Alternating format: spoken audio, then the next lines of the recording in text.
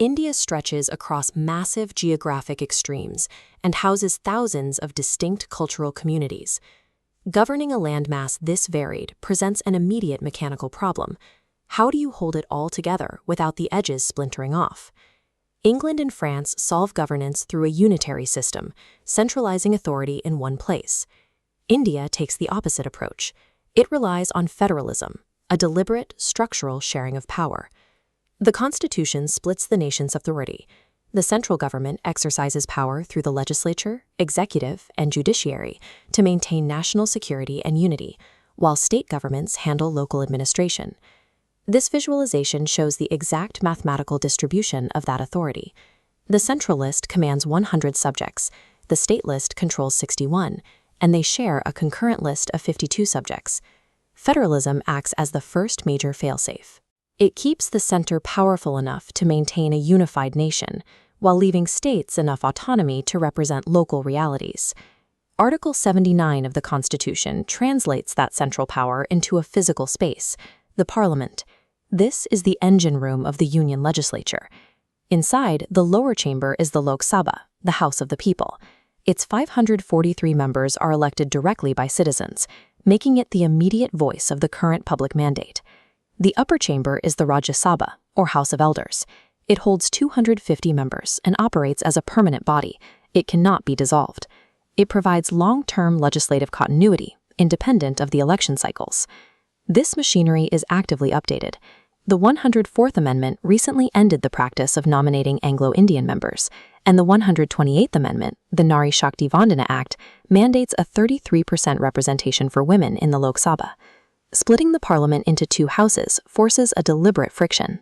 Every proposed law must survive both the urgency of the popular mandate and the scrutiny of the permanent elders. For an ordinary bill to become law, it requires the approval of both houses. This creates a natural bottleneck, demanding consensus before any new rule is applied to the public. When the two houses reach a complete disagreement over a bill, the president can summon a joint session, forcing them into a single room to resolve the deadlock by a combined vote. But when dealing with the nation's finances, that balanced friction is entirely removed. The Constitution outlines strict rules for the power of the purse. Any finance bill must originate in the Lok Sabha. The government cannot levy a tax or spend a single rupee without their explicit approval. Once the Lok Sabha passes a money bill, it goes to the Rajya Sabha for discussion, but they only have 14 days to offer suggestions. If they delay past 2 weeks, the bill passes automatically.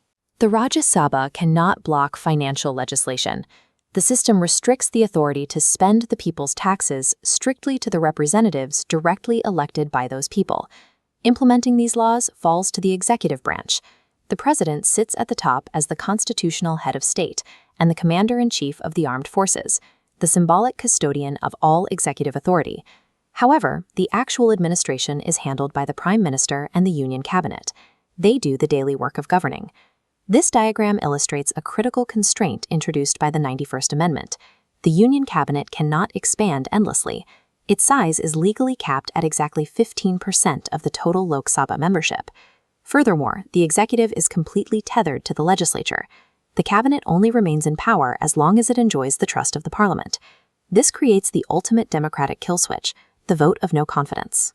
If the Lok Sabha formally declares they no longer trust the government's policies, the Prime Minister and the entire cabinet must resign immediately.